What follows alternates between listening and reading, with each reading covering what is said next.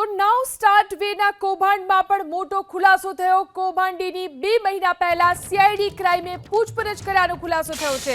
માત્ર પૂછપરછ કરી નિરંજન શ્રીમાળીને જવા દેવાયો। નિરંજન શ્રીમાળીએ કરોડો રૂપિયાનું કૌભાંડ કર્યાનો આરોપ છે। સીઆઈડી ક્રાઇમના પીઆઈએ જ 2 દિવસ પહેલા શ્રીમાળી સામે ફરિયાદ નોંધાવી। સરકાર વતી પીઆઈ ફરિયાદી બન્યા છે। 2 મહિના પહેલાના ઘટનાક્રમની સીઆઈડી સામે સવાલો ઉઠી રહ્યા છે। અત્યારે શ્રીમાળી પોતાને ક્લીન ચીટ મળ્યાનો દાવો કરી રહ્યો છે। તો નિરંજન શ્રીમાળીએ કરોડો રૂપિયાનું કૌભાંડ કર્યાનો આરોપ છે, ત્યારે મોટો ખુલાસો આ કેસની અંદર પણ સામે આવી રહ્યો છે। નાઉ સ્ટાર્ટ વેના કૌભાંડમાં મોટો ખુલાસો। કૌભાંડીની 2 મહિના પહેલા સીઆઈડી ક્રાઇમે પૂછપરછ કરી હોવાનો ખુલાસો થયો છે। માત્ર પૂછપરછ કરી અને નિરંજન શ્રીમાળીને તે સમયે જવા દેવામાં આવ્યો હતો। निरंजन श्रीमाळीए करोड़ों रुपयाનું कौभांड કર્યું છે।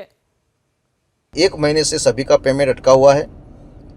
हम भी कोर्ट कचहरी की कार्यवाही के अंदर चक्कर काट के थक चुके हैं, मगर कंपनी लीगली चल रही है, कंपनी के अंदर कोई तकलीफ नहीं है। वैसा प्रूव करके उनके पास में से क्लीन चिट लेके 99% आपका पेमेंट देने के लिए कार्यवाही पूरी करने की ओर जा रहे हैं और सरकारी मशीनरी को भी लगा है कि कंपनी ने अच्छा काम किया है, कंपनी कोई बुरा काम नहीं कर रही है। जिन लोगों ने जो प्रति आक्षेप हमारे पे किए थे उसका खारिज करने के बाद में उन लोगों ने हमको स्वीकार किया है और लगभग 20 और 22 तारीख के बाद में हम कंपनी की ऑफिस भी शुरू करने जा रहे हैं और 22 तारीख को नए वीडियो बना के मैं आपको डेट भी देने वाला हूँ। कई लोग ऐसे बोल रहे होंगे कि ये डेट देने की बात कर रहे हैं, पहले भी बोले थे, वैसे भी बोले। आज लास्ट वीडियो बना के आपको बोल रहा हूँ, डेट देनी है मगर पेमेंट देने की डेट देनी है।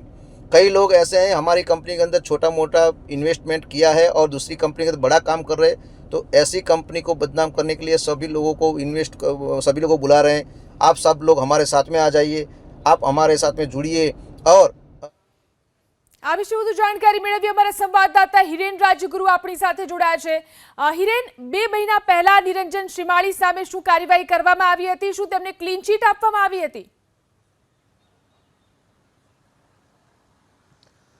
જો કદાચ ક્લીન ચીટ આપવામાં આવી હતી એવું જ અત્યારે આપણે માની લઈએ, અને એનું કારણ માનવા પાછળનું એ પણ છે કે 2 મહિના પહેલા જે વ્યક્તિની પૂછપરછ થાય છે સીઆઈડી ક્રાઇમની ઓફિસે લઈ આવવામાં આવે છે। સીઆઈડી ક્રાઇમનો એક ભાગ છે સીઆઈ સેલ। એ સીઆઈ સેલના એક અધિકારી એમને ઉઠાવીને લઈ આવે છે, એની પૂછપરછ કરે છે, પરંતુ કોઈ પણ જાતની ફરિયાદ નોંધવામાં નથી આવતી અને મુક્ત કરી દેવામાં આવે છે। અને 2 મહિના બાદ સીઆઈડી ક્રાઇમના એક પોલીસ ઇન્સ્પેક્ટર તેમની સામે એ ફરિયાદ નોંધાવે છે કે કરોડો રૂપિયાના ચીટ ફંડ જેવો ગોટાળો તેમણે કર્યો છે। એટલે આ બંને બાબતોને લઈ અને સીઆઈડી ક્રાઇમની જે કાર્યવાહી છે નાઉ સ્ટાર્ટ વેના એમડી નિરંજન શ્રીમાળી સામે એનાથી ચોક્કસ સવાલો ઊભા થાય છે। સૌથી મહત્વપૂર્ણ બાબત જીલન એ પણ છે કે આ આર્થિક ગુનો છે, લોકો પાસેથી નાણાં લઈ અને છેતરપિંડી આચર્યાનો ગુનો છે।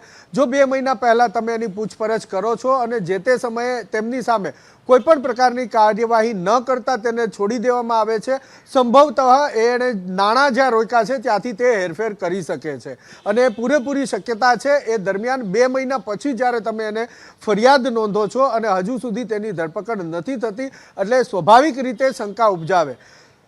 સૌથી મહત્વપૂર્ણ બાબત કે એબીપી અસ્મિતા પાસે જે માહિતી છે એ માહિતી મુજબ નવરાત્રિની 8મના દિવસે, જે દિવસે મોટાભાગના લોકો નિવેદ કરતા હોય છે, એ નવરાત્રિની 8મના દિવસે નિરંજન શ્રીમાળીને સીઆઈડી ક્રાઇમના સીઆઈ સેલના એક અધિકારી પાલનપુરથી ઉઠાવે છે। પાલનપુરથી ઉઠાવી ગાંધીનગર લઈ આવવામાં આવે છે, એની પૂછપરછ કરવામાં આવે છે, કલાકો સુધી પૂછપરછ થાય છે અને એને મુક્ત કરી દેવામાં આવે છે। અને એ પછીના નજીકના સમયગાળા સુધી કોઈ પણ ફરિયાદ એની સામે નોંધાતી નથી અને બરાબર એના 2 મહિના બાદ હવે સીઆઈડી ક્રાઇમના જ એક પોલીસ ઇન્સ્પેક્ટર તેના સામે ફરિયાદ નોંધાવે છે। જો એ ગુનેગાર છે, જો એણે છેતરપિંડી કરી છે, ચીટફંડ જેવી એ ગોટાળા કરે છે, તો 2 મહિના પહેલા સીઆઈ સેલના અધિકારી એને લઈ આવી અને ફરિયાદ કેમ નથી નોંધતા? અત્યારે સીઆઈડી ક્રાઇમ એને પકડવા માટે થઈ અને ટીમો મોકલે છે, એની શોધખોળ કરે છે, તો 2 મહિના પહેલા જે વ્યક્તિ તમારી ઓફિસમાં હતો, તમારા હાથમાં હતો,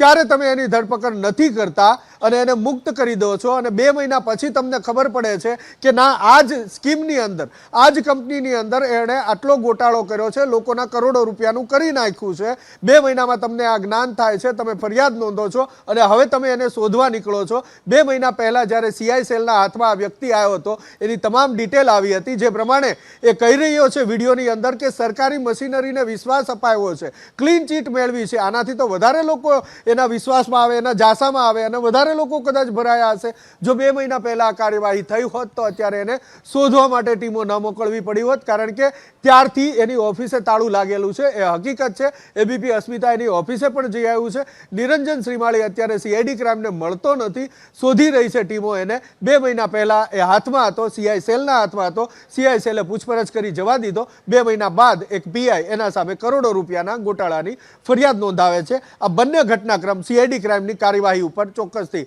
સવાલ ઊભા કરે છે. જી આભાર હિરેન, તમામ જાણકારી આપવા માટે.